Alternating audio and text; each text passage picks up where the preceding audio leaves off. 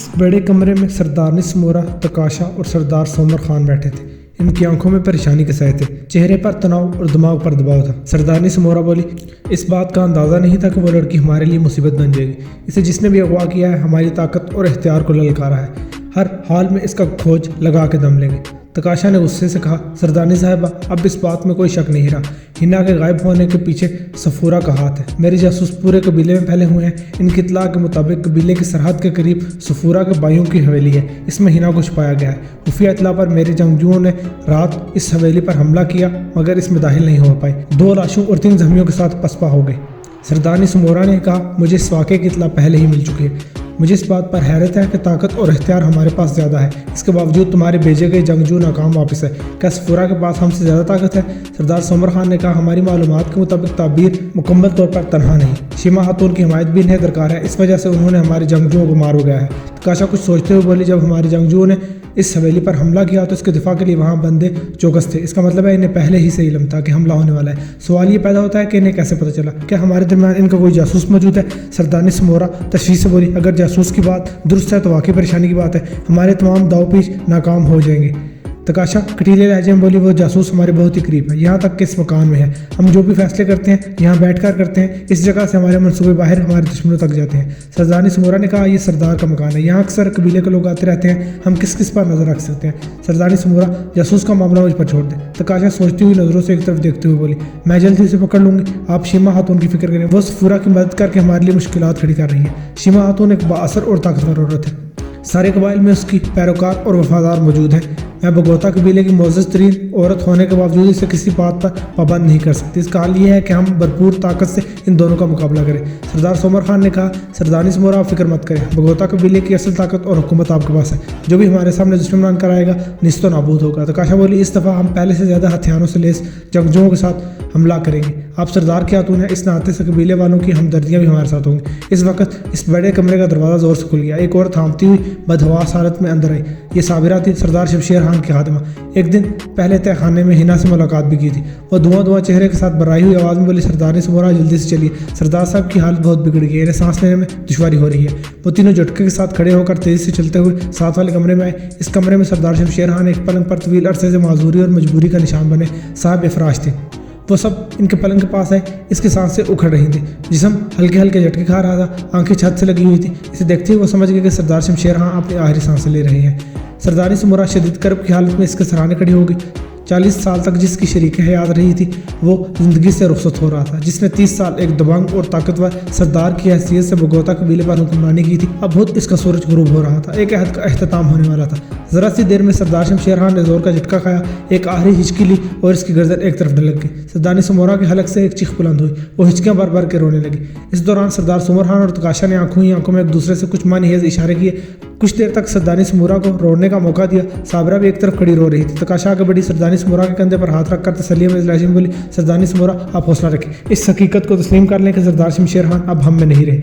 हमें अपने सरदार की मौत का गम मनाने के साथ साथ आने वाले हालात को भी समझना होगा।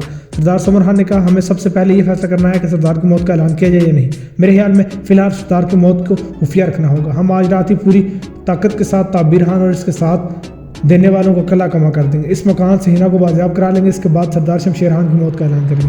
सरदारनी समोरा अपने आंसू पूंछते हुए साबरा से तहक्कुम भरे लहजे में बोली, तुमने सुन लिया ना सरदार सोमर खान क्या कह रहे हैं? खबरदार, सरदार की मौत की बात इस कमरे से बाहर नहीं जानी चाहिए। वो आजी से बोली, आप बेफिक्र हैं सरदारनी समोरा, आपके हुक्म की तामील होगी। तकाशा अपने शोर से फ़ौरन बोली, आप फ़ौरन खुफिया ठिकाने पर पहुँचे, जंगजुओं के कमांडर को वहाँ बुलाकर रात की हिकमत अमली तैयार कर लें।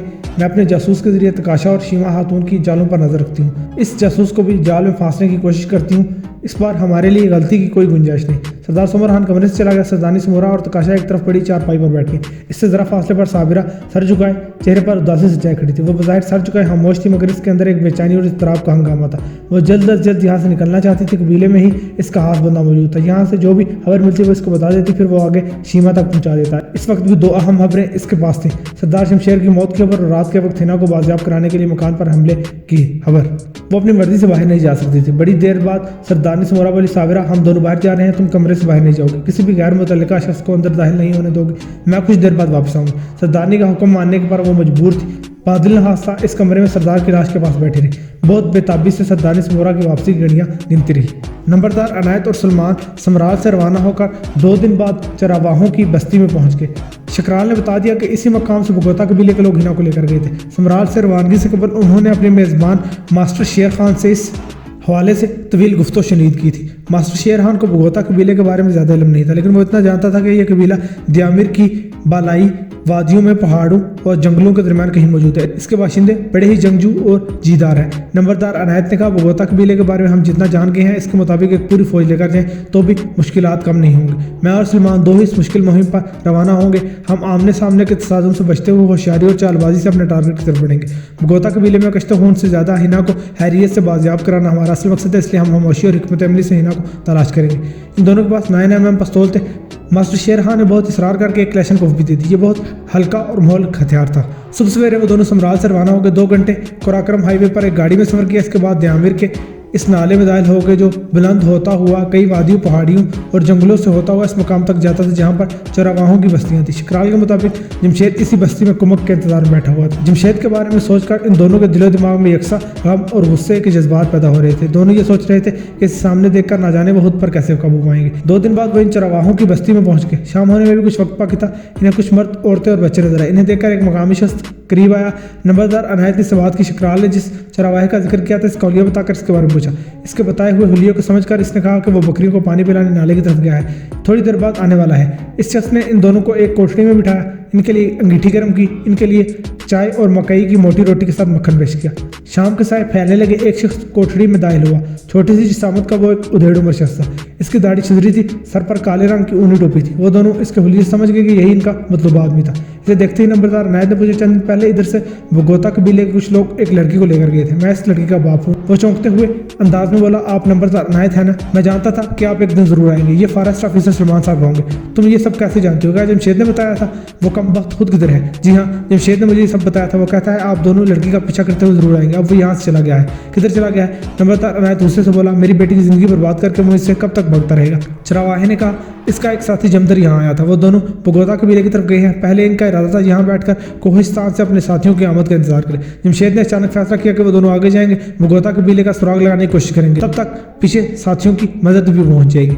इन्हें तजस्सुस था कि हिना को किन हालात में यहाँ से बगोता कबीले वाले ले गए हैं। क्या वो अपनी मर्जी से गई थी या फिर ज़बरदस्ती से लेकर गए थे? इनके इस्तफसार पर चरावाहे ने पूरी तफसील इन्हें बता दी कि किस तरह शदीद बारिश में रात गुजारने के बाद वो यहाँ आए थे। इसी रात बगोता कबीले की औरतों ने चाय में बेहोशी की दवा मिलाकर इन्हें पिलाई और सब बेहोश हो गए तो वो हिना को उठा कर ले गए। इसकी बातों से वो दोनों समझ गए कि हिना को यहाँ से इसकी मर्जी से नहीं, जोर ज़बरदस्ती से ले जाया गया था। सलमान का दिल हिना के बारे में सोच सोच कर फटा जा रहा था। वो नर्म और नाजुक सी पलकों पर बिठाई जाने की काबिल लड़की थी। इससे पहले जमशेद ने पहाड़ों और जंगलों में दरबदर कराया, फिर एक वैश्य कबीले के चुंगल में फंस गए। खुदा जाने इसके साथ क्या सलूक हो रहा होगा। ये बगोता कबीला किधर है? तुम भी गए हो? मैं कभी वहाँ नहीं गया। मैंने सुना है किसी गैर कबीले को वहाँ जाने को इजाज़त नहीं।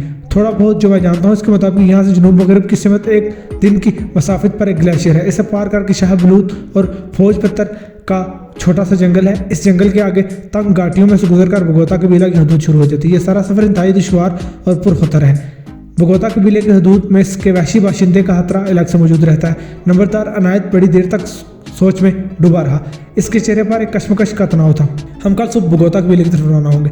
इसी रास्ते पर जमशेद और जमदर भी गए हैं। मुझे अंदेशा है कि अगर हमने देर की तो वो आगे जाकर हिना के लिए कोई मसला खड़ा कर देंगे। अगले दिन वो सिर्फ दोनों इस मुहिम पर रवाना हो गए। इनके पास असला और 3-4 दिनों के लिए भूख से मुकाबले की चीज़ें भी थी, जिनमें खुश्क फल, बिस्किट, चने, सत्तू, चाय पत्ती, खुश्क दूध वगैरह शामिल थे। ये सारा सामान वो कोहस्तान से ही लेकर आए थे। चरवाहों की बस्ती से रुखसत हुए तो इस चरवाहे ने मोटी रोटी और मक्खन की एक पोटली भी बांध दी।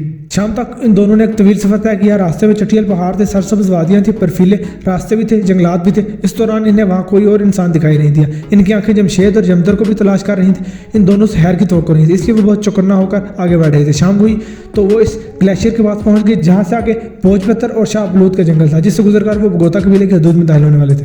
नंबरदार अनायत ने कहा, अब अंधेरा फैलने लगा है। हमें ग्लेशियर और जंगल में अंधेरे की वजह से मुश्किलात होंगी, इसलिए बेहतर है रात इस तरफ गुजार लें। सुबह सवेरे यहाँ से आगे रवाना होंगे।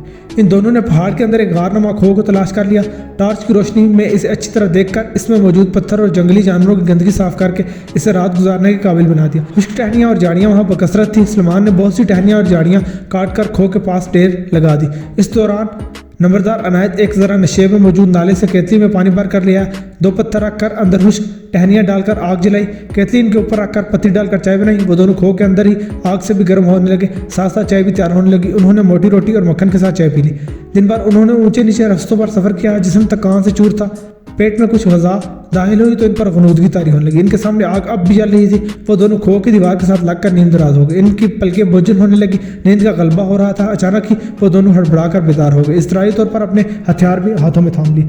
इन्हें करीब ही कहीं से फायरिंग की आवाज़ सुनाई दी। इन्हें ऐसा महसूस हुआ कि गोलियां इनको टारगेट करके चलाई गई हैं, क्योंकि उन्होंने कई गोलियां इस खो की बैरूनी दीवार पर लगती हुई महसूस की। इनके आगे भी आग रोशन थी। उन्होंने जल्दी से आग बुझा दी। इनके आसपास तारीकी छा गई। वो दोनों खो की दीवार से लगकर बैठ गए। जरा सी देर बाद इन्हें नशे में कुछ फासले पर 2 साए दिखाई दिए। वो खो की तरफ ही आ रहे थे। नंबरदार अनायत ने खुद को एक चट्टान की आड़ में किया, फिर बुलंद आवाज में कहा, कौन हो तुम? वहीं रुक जाओ, पहले अपना तारुफ कराओ। दोनों चलते साए रुक गए। फिर आवाज बुलंद हुई, ये जमशेद की आवाज़ है। सच्चा अनायत, मैं जमशेद हूँ, हमें करीब आने दे। नंबरदार अनायत ने गुस्से से कहा, तुमने कौन सा हैर का काम किया है जो हमारे पास आने का कह रहे हो? मैं शदीद गुस्से में हूँ, ऐसा ना हो कि तुम्हें गोली मार दूँ, इसलिए दफा हो जाओ यहाँ से। मुझे आपके गम और गुस्से का अंदाजा है चाचा, मैं आपका गुनाहगार हूँ। मुझे जो चाहे सजा दे, मगर इससे पहले मेरी बात सुन ले। हिना को बगोता कबीले वालों से बचा कर लाने के लिए हम इकट्ठे कोशिश करेंगे। मेरे पास इस कबीले के बारे में मालूमात भी है। सलमान ने सरगोशी में कहा, नंबरदार साहब इसकी बात सुनते हैं, वो बहुत दिनों से इस इलाके में मौजूद है। मुमकिन है इसके पास कोई ऐसी मालूमात हो जो हमारे काम आ सके। इसने बुलंद आवाज में कहा, हमारे पास हथियार भी है, याद रखो अगर कोई गलत हरकत की तो जिंदा बच नहीं सकोगे। अब तुम इधर आ सकते हो। थोड़ी देर बाद जमशेद और जमदर खो के पास आ गए। इस दौरान सलमान ने लकड़ियां डालकर आग एक दफा फिर रोशन कर दी थी। इसकी जर्द सी रोशनी में जमशेद के चेहरे की हवासत हजालत साफ दिखाई दे रही थी। वो करीब आकर सलाम करते हुए खो के एक तरफ बैठ गया। जमदर भी बैठ गया।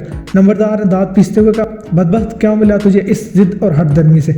मेरी मासूम और नाजुक सी बेटी को जिन मुश्किल हालात का सामना करना पड़ रहा है, इसका हिसाब मैं लूंगा। वो खुश्क लहजे में बोला, चाचा पुरानी बातें मत दोहराएं। मेरे पास भी कहने को बहुत कुछ है, लेकिन अब इसका फायदा नहीं। हमें आगे बढ़ने के बारे में सोचना और काम करना है। इसका फैसला बाद में करेंगे। हिना को हासिल करने का हक किसको हासिल है? सलमान ने नागवारी से कहा, हिना कोई भेड़ बकरी नहीं है कि अपनी मर्जी से कोई इस पर हक जितलाए। इसकी अपनी भी कोई ख्वाहिश है, अपना भी एक फैसला है। तुम इस हकीकत को तस्लीम कर लो कि अगर उससे शादी वाली रात अगवा ना करते तो ये सारी दरबदरी ना होती। लेकिन हम इस बहस में नहीं पड़ते कि किसने बुरा किया है। तुम ठीक कहती हो, पहले हम आगे की फिक्र करेंगे। हिना को इस मुसीबत से निकालने की हिकमत अमली तय करेंगे। तुम कई दिनों से यहाँ मौजूद हो, तुम्हें किस तरह की मालूमात मिली है? इसने कहा, ग्लेशियर की दूसरी जानब भोजपत्तर और शाहबलूत का जंगल है। इसके खत्म होते ही बगोता कबीले की सरहद शुरू हो जाती है। वहाँ कबीले की सरहदी चौकियाँ हैं। मैंने ऐसी 2 चौकियाँ देखी हैं। हर चौकी में 3-4 जंगजू पहरा दे रहे हैं। हमारे लिए सबसे बड़ी रुकावट यही सरहदी चौकियाँ हैं। सलमान फिक्रमंदी से बोला, सरहदी चौकी वालों से हमारा तसादुम हुआ तो कबीले तक बात पहुँच जाएगी, जिसकी वजह से हिना के लिए मुश्किलात पैदा होंगी। इसके गिर्द पहरा मजीद कड़ा हो जाएगा। कोशिश करके देख लेंगे हम खामोशी से सरहद के अंदर दाखिल हो जाए, ताकि कबीले में बेहबरी में जाकर हिना की बाजियाबी के लिए इकदाम कर सके। जमशेद मुखालफत करते हुए बोला, कोहिस्तान से मेरे साथी भी यहाँ पहुँच गए तो हमारी तादाद बढ़ जाएगी। हमारे पास अच्छे हथियार भी हैं, इसलिए छुप कर जाने के बजाय इनका मुकाबला करेंगे। इनका सफाया करके आगे बढ़ेंगे। कबीले में जाकर सीना तान कर बहादुरों की तरह लड़ेंगे। महीना को हासिल करने के लिए लाशों का ढेर लगा दूंगा। नंबरदार नागवारी से बोला, बस करो, अपनी गैरत और जुर्रत का ज्यादा डोल मत पीटो। हिना खुदा जाने किस हालत में है। हमारी किसी जज्बाती हरकत से इसकी जान और इज्जत खतरे में पड़ सकती है। सलमान अहमद की बात की मैं तायद करता हूँ। हम खामोशी और होशियारी से कबीले में दाखिल होंगे। जमशेद के चेहरे से जाहिर हो रहा था कि वो इस तजवीज़ से मुत्तफिक नहीं, मगर इसने मजीद तकरार नहीं की। वह सर झुकाए खामोश बैठा रहा। वो चारों उस खो में दीवार से टेक लगाए नीम दराज हो गए। नंबरदार अनायत और सलमान दिन भर की मुसाफे से थके हुए थे। इस खो के नीम गर्म माहौल में पहले ही इन पर नींद का गलबा था। जमशेद और जमदर ने आकर रखना डाल दिया था। अब फिर इन पर नींद की आसूदगी और थकन उतरने वाली थी। इनकी आंखें बोझल होकर बंद होती जा रही थी, फिर चौंक कर बेदार हो जाते। इनकी छठी हिस्स जमशेद की मौजूदगी पर इन्हें खबरदार कर रही थी। इसकी तरफ से किसी शरारत का अंदेशा जगा रही थी। इसके बावजूद इनका जिस्म नींद का इतना तलबगार था कि कब इनकी आंखें बंद हुई पता ही न चला। उन्होंने हरी दफा देखा तो जमशेद और जमदर खो की दीवार के साथ नीम दराज लेटे हुए थे। फिर इन्हें कुछ होश न रहा। जब सलमान की आंख खुली तो वजूद फुटे का वक्त था। खो में अंधेरा गालिब था। इसके दहाने से बाहर दूर उफक पर सुबह काजिब के आसार दिखाई दे रहे थे। आग बुझ गई थी। इसके अंगारे भी ठंडे हो चुके थे। इसने आंखें मलकर खो में कुछ देखने की कोशिश की। इसे किसी चीज़ की कमी महसूस हुई। अचानक इसे एहसास हुआ कि जमशेद और जमदर मौजूद नहीं। इसने जल्दी से टार्च जलाकर देखा, दोनों गायब थे। नंबरदार अनायत अभी तक सोया हुआ था। सलमान ने टार्च से खो में देखा। एकदम इसके दिल को झटका सा लगा। इसने घबरा कर तेजी से टार्च की रोशनी में पूरी खो देख ली। इसकी क्लैशनकोफ गायब थी। इसे याद आया कि रात को सोते वक्त इसने क्लैशनकोफ अपने और नंबरदार अनायत के दरमियान खो की दीवार के साथ खड़ी की थी। इनके पिस्तौल जिस्म के साथ ही लगे हुए थे। इसने इस्तरारी तौर पर नंबरदार को हल्के से झंझूट कर जगाया। वो बेदार हो गए तो सलमान अहमद ने क्लैशनकोफ के साथ जमशेद के गायब होने की इत्तला दी। इन दोनों ने टार्च की रोशनी में अच्छी तरह देखा। खो की महदूद जगह में इन्हें क्लैशनकोफ कहीं नजर न आई। वो दोनों खो से बाहर निकले। अब हल्की हल्की रोशनी फैलने लगी थी। उन्होंने दूर दूर तक देखा। ऊंचे ऊंचे टीलों और पहाड़ों के बीच इन्हें जमशेद और जमता नजर नहीं आया। इन्हें जल्दी ये बात समझ में आ गई कि जमशेद ने इनकी नींद का फायदा उठाकर इन्हें चोट पहुंचाकर गायब हो गया है। सलमान अफसोस से बोला, वो कैसा कमीना शख्स है, इसकी बदअमालियों के बावजूद हमने इसके साथ अच्छा सलूक किया, इस पर एतबार करके करीब आने दिया, इसने इसका यूं सिला दिया। नंबरदार ने ज़ाहिर खुंद लहजे में कहा, वो सांप जैसी फितरत रखता है, जब भी मौका मिलता है अपने एहसान करने वालों को डसता है। वो तो शुक्र है इस शैतान ने सोते में हमें गोली नहीं मार दी, सिर्फ क्लैशनकोफ लेकर गया है, हमारे पास अब भी पिस्तौल मौजूद है। इन दोनों ने अपना मुख्तसर सा सामान बांधा, इसके बाद आगे की तरफ पेशकदमी शुरू कर दी। सूरज तुलू होने में अभी वक्त था, रोशनी इतनी थी कि 100 गज दूर की चीज़ साफ नजर आ रही थी। ऐसे वक्त में इन्होंने आगे की तरफ अपना सफर शुरू कर दिया। सूरज तुलू होने तक वो ग्लेशियर के पास पहुंच गई। ये तकरीबन 500 गज लंबा ग्लेशियर था। जनूबी सिमत के पहाड़ से मुद्दतों पहले बर्फ टूटकर नीचे उतरी थी। वक्त गुजरने के साथ साथ ये बर्फ पिघलने के बजाय जमा होती रही। इस तरह एक छोटे से ग्लेशियर की शक्ल बन गई। उन्होंने शाह बलूत की 2 मोटी शाहें काट कर इन्हें असा की तरह अपने हाथों में पकड़ लिया। ग्लेशियर पर चलते हुए इनकी मदद से अपने कदम मजबूती से जमा लेते, फिर आगे बढ़ते। 500 गज का फासला तय करने में इन्हें आधा घंटा लगे। ग्लेशियर खत्म होते ही झाड़ियाँ और सब्जे से ढकी जमीन इनके सामने आई, जो आहिस्ता आहिस्ता बुलंद होती जा रही थी। इस बुलंदी पर शाह बलूत और बोझ पत्थर का जंगल दिखाई दे रहा था। इनकी मालूमात के मुताबिक इस जंगल के अख्ताम पर बगोता कबीला की सरहद शुरू हो जानी थी। जंगल ज़्यादा गहरा नहीं था, इसका रकबा भी कम था। शाह बलूत के पेड़ बकसरत थे, बोझ पत्थर के पेड़ कम थे। इनके मखसूस छालदार तने अपनी मुनफरिद फजा के साथ दूर से ही दिखाई दे रहे थे। वो जंगल में जूझू आगे बढ़ रहे थे, इनके हवास चौकस हो रहे थे। जंगल छदरा होने की वजह से यह भी अंदेशा था कि वो बगोता कबीले के जंगजुओं की नज़र में आ जाएंगे। वो दोनों अपने पिस्तौलों को हाथों में मजबूती से थामे दरख्तों और झाड़ियों की ओट से होते हुए आगे बढ़ रहे थे। इनके हाथों में शाह बलूत के मोटे डंडे भी मौजूद थे। अचानक वो दोनों ठटक गई। इनसे करीबन 100 गज दूर 2 आदमी नजर आए। इनके कद्दू से बंदूकें झूल रही थी। वो दोनों बेपरवाही से चलते हुए इनकी तरफ आ रहे थे। इन्होंने इन इलाकों के आम रवाज के मुताबिक गर्म ऊनी शालें जिस्म के गिर्द लपेट रखी थी। सर पर मखसूस गोल ऊनी टोपियां थी। इन दोनों को देखते ही वो अलग अलग दरख्तों की ओर में छुप गए। इनके हाथों में मोटे और लंबे डंडे थे। बगोता कबीले के दोनों जंगजू बेफिक्री से बातें करते इनके करीब आ गए। इनकी बंदूकें ढीले डाले अंदाज में कंधे से लटकी हुई थी। अचानक ही इनमें से एक की नज़र सलमान पर पड़ गई। इन दोनों के दरमियान 8-10 फुट से ज़्यादा फासला नहीं था। वो जंगजू एक सानिया को ठटक गया। दूसरे ही लम्हे इसने अपनी बंदूक को कंधे से उतारने के लिए हाथ आगे बढ़ाया। इससे पहले ही सलमान ने बिजली की सरहद से पेड़ की ओर से निकलकर इसकी तरफ छलांग लगा दी। इस वक्त दूसरे पेड़ के पीछे से नंबरदार ने भी दूसरे जंगजू को टारगेट करके छलांग लगा दी। दोनों अपने हाथों में मौजूद लंबे और मजबूत डंडों से एक साथ जंगजुओं के सरों को निशाना बनाकर जरब लगाई। गोता कबीले के जंगजू इस अचानक उस्ताद से संभल ना सके। अपने सर पर मोटे डंडों की वहशियाना चोट खाकर गटी गटी चीख बुलंद करते हुए नीचे ढेर हो गए। करीब जाकर इन दोनों ने एक एक डंडा मजीद इन्हें रसीद किया। दोनों जंगजू बेहोश हो गए। ये दोनों बेहोश हैं, बाद में होश आएंगे तो क्या हमारे लिए खतरा नहीं बन जाएंगे? ये जिंदा रहे तो खतरा बन जाएंगे ना। इनकी ज़िंदगी हमारे लिए मौत है, इसलिए इन्हें मार देंगे। सलमान ने कहा, मैं बहुत रहमदिल हूँ। बेशक हम हालत जंग में हैं, दिल मजबूत करना होगा, मगर इन बेहोश दुश्मनों पर वार करने की मुझ में हिम्मत नहीं। आप जो बेहतर समझे कर लें। इन दोनों जंगजुओं के पास 12 बोर की बंदूकें थी। इनकी बंदूकें, शालें और टोपियां उतार कर सलमान एक तरफ जाकर खड़ा हो गया। नंबरदार ने मोटे डंडे से इन दोनों के सरों को पाश पाश कर दिया। इनके चेहरे मस्त हो गए। इन्हें घसीट कर घनी झाड़ियों के अंदर डाल दिया। इस सारी कार्रवाई से फारिग होकर दोनों फिर जंगल में आगे बढ़ने लगे। वो जूझू आगे बढ़ रहे थे, जंगल की घनाहट कम हो रही थी। शाह बलूत के दरख्त खत्म हो गए। कुछ और आगे बढ़ने के बाद इनके कानों में पानी के बहने का शोर सुनाई दिया। इस वक्त उन्होंने कुछ फासले पर एक खेमा देखा, जिसके बाहर पत्थरों पर चंद जंगजू बैठे नजर आए। वो समझ गए कि यह बगोता कबीले की कोई सरहदी चौकी है। नंबरदार ने सरगोशी की, असल इम्तहान का मरहला आ गया। हमारी जरा सी बेहतियाती सारा खेल बिगाड़ देगी। सलमान अहमद ने कहा, हमें खामोशी से जाहिल होना है। दाएं तरफ भी सरहदी चौकियां मौजूद हैं। दिन की रोशनी में लामहाल हम देखे जा सकते हैं। मेरी राय है कि हम जंगल में छुप कर बैठ जाएं। शाम के बाद सरहद पार करके नाले में उतर जाएंगे। हमारे पास टॉर्च मौजूद है, जरूरत पड़ी तो इन्हें इस्तेमाल कर लेंगे। नंबरदार ने कुछ देर सोचा, फिर इसकी तजवीज़ मान ली। और दोनों वापस जंगल में अंदर की तरफ मुड़ गए। घने पेड़ और झाड़ियों के अंदर एक मुनासिब सी जगह देखकर अंधेरा छाने का इंतजार करने लगे। इस वक्त दोपहर हो रही थी। अब इन्हें शाम तक इसी जगह बैठे रहना था।